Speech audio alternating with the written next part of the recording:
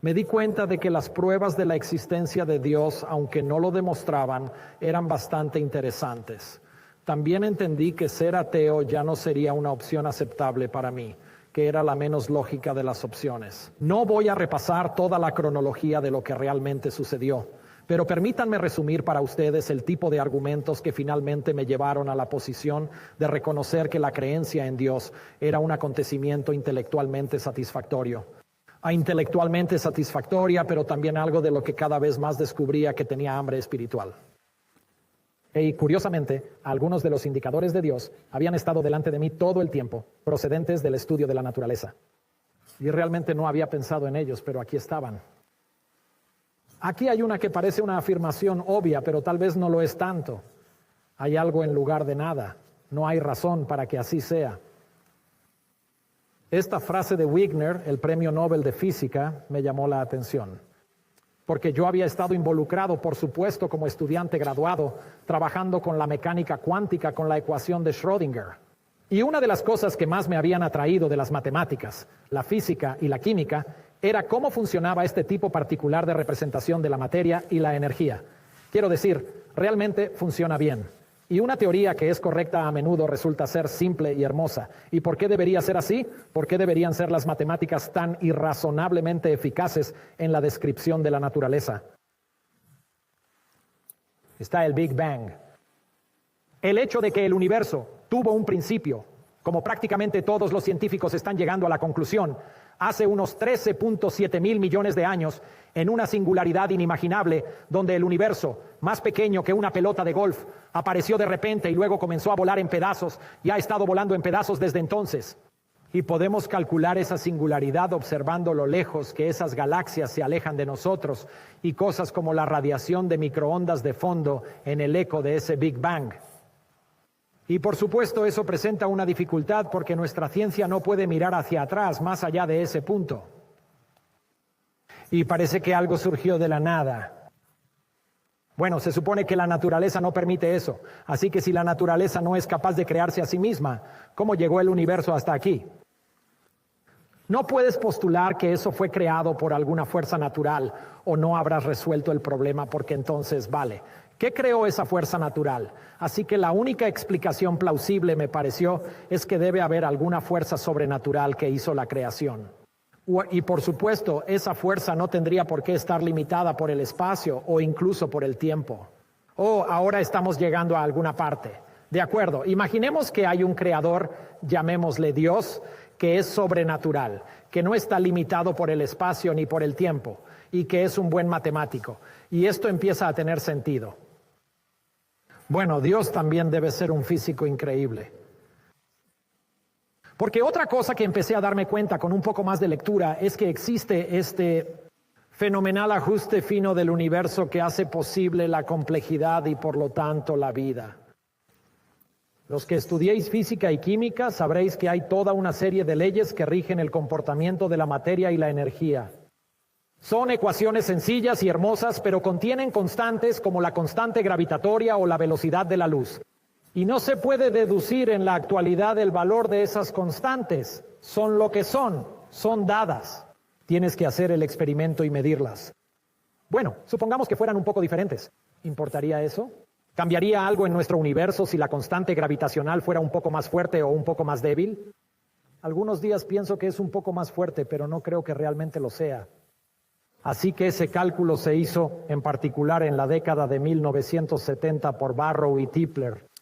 Y la respuesta fue asombrosa, que si tomas cualquiera de estas 15 constantes y las ajustas un poquito, todo deja de funcionar. Por ejemplo, la gravedad.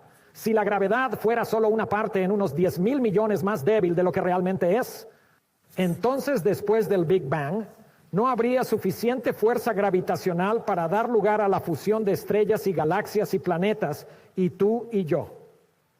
Y acabaríamos, por tanto, con un universo estéril en expansión infinita. Si la gravedad fuera un poco más fuerte, las cosas se fusionarían, pero demasiado pronto. Y al Big Bang le seguiría, al cabo de un tiempo, un gran crujido, y no tendríamos la oportunidad de aparecer porque el momento no sería el adecuado. Y eso es solo un ejemplo. No puedes mirar esos datos y no maravillarte.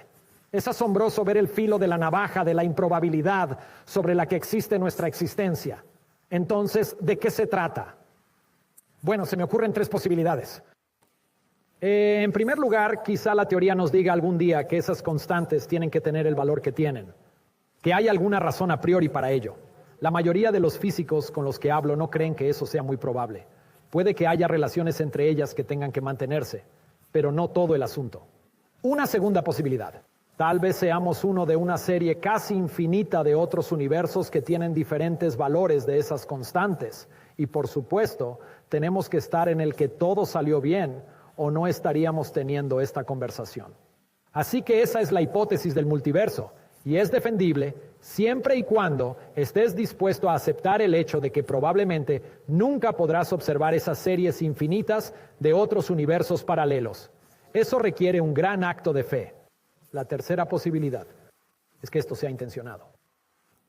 Que estas constantes tienen el valor que tienen porque ese Dios creador, que es un buen matemático, también sabía que había un conjunto importante de diales que ajustar aquí si este universo que estaban haciendo iba a ser interesante.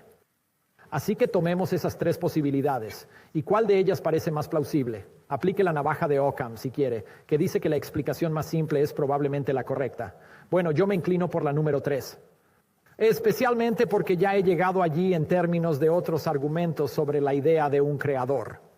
Y esto es interesante, pero por supuesto, hasta ahora, ¿hasta dónde hemos llegado? Hemos llegado al Dios de Einstein, porque Einstein ciertamente se maravilló de la forma en que funcionaban las matemáticas. Einstein no era consciente, por lo que sabemos, de los argumentos del ajuste fino a este nivel, pero probablemente los habría adoptado de la misma manera. Pero aún no hemos llegado a un Dios teísta, hemos llegado a un Dios deísta, así que ¿cómo llegamos hasta allí? Bueno, ahora volvemos a Lewis en ese primer capítulo de Mero Cristianismo que se llama El bien y el mal como una pista sobre el significado del universo. Y aquí de lo que se habla es de la ley moral. Yo no estudié filosofía en la universidad, así que no sabía muy bien de qué se trataba todo esto. Pero cuando empecé a reconocer lo que era el argumento, sonaba verdadero. Era cierto de una manera realmente sorprendente. Una de esas cosas en las que te das cuenta de que lo he sabido toda mi vida, pero nunca había pensado en ello. ¿Cuál es el argumento? El argumento es que los humanos somos únicos en el reino animal por tener aparentemente una ley bajo la que estamos, aunque parecemos libres de romperla porque eso ocurre todos los días. Y la ley es que hay algo llamado bien y hay algo llamado mal.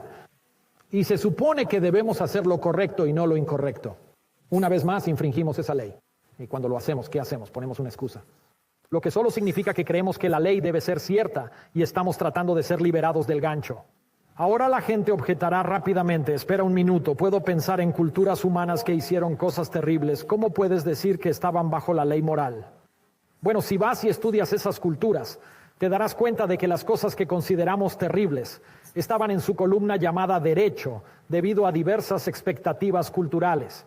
Así pues, está claro que la ley moral es universal, pero está influida por acciones concretas y por cómo se clasifican en la evaluación de lo que está bien y lo que está mal. Bueno, la ley moral a veces nos llama a hacer algunas cosas bastante dramáticas, particularmente en términos de altruismo, donde haces algo sacrificado por alguien más. ¿Qué pasa con eso? La gente puede argumentar, y lo han hecho y lo seguirán haciendo, que todo esto puede explicarse por la evolución, y esos son argumentos útiles que hay que tener en cuenta. Por ejemplo, si eres altruista con tu propia familia, puedes ver cómo eso podría tener sentido desde una perspectiva evolutiva porque comparten tu ADN. Así que si estás ayudando a su ADN a sobrevivir, bueno, es tuyo también. Y eso tiene sentido desde un argumento darwiniano sobre la aptitud reproductiva. Si eres amable con alguien en la expectativa, ellos serán amables contigo más tarde. Una forma recíproca de altruismo, bueno, está bien. Se puede ver cómo que también podría tener sentido en términos de beneficiar a su éxito reproductivo. Incluso se puede argumentar, como Martin Nowak ha hecho en Harvard, que si se hacen modelos informáticos de cosas como el dilema del prisionero, se puede llegar a motivaciones para que grupos enteros se comporten altruistamente entre sí. Pero una consecuencia de eso, y de todos los demás modelos que se han elaborado, es que tienes que seguir siendo hostil con la gente que no pertenece a tu grupo. De lo contrario, todo se desmorona en lo que respecta al impulso evolutivo para competir con éxito. Bueno, ¿eso encaja? ¿Es eso lo que vemos en nuestra propia experiencia? ¿Dónde están esas circunstancias en las que pensamos que la ley moral ha actuado de forma más dramática? Yo diría que no es solo cuando somos amables con nuestra familia, o solo amables con la gente que va a ser amable con nosotros, o incluso solo cuando somos amables con otras personas de nuestro propio grupo. Las cosas que nos impresionan, que nos hacen maravillarnos y decir que en eso consiste la nobleza humana, es cuando ese altruismo radical se extiende más allá de esas categorías, cuando ves a la Madre Teresa y las calles de Calcuta recogiendo a los moribundos, cuando ves a Oskar Schindler arriesgando su vida para salvar a los judíos del Holocausto, cuando ves al buen samaritano, o cuando ves a Wesley Autry. Wesley Autry, un trabajador de la construcción, o afroamericano de pie en el andén del metro en Nueva York. Y a su lado, un joven estudiante de posgrado sufrió un ataque epiléptico y para horror de todos los presentes, el estudiante cayó a las vías delante de un tren que se aproximaba. Con solo una fracción de segundo para tomar una decisión, Wesley saltó también a las vías, arrastró al estudiante, que aún tenía el ataque, a ese pequeño espacio entre las vías, lo cubrió con su propio cuerpo y el tren pasó por encima de ambos. Y milagrosamente hubo espacio suficiente para que ambos sobrevivieran. Y aquí hay una imagen del día siguiente, mientras Wesley describe la situación de pie junto al padre del joven. Esto fue claramente altruismo radical.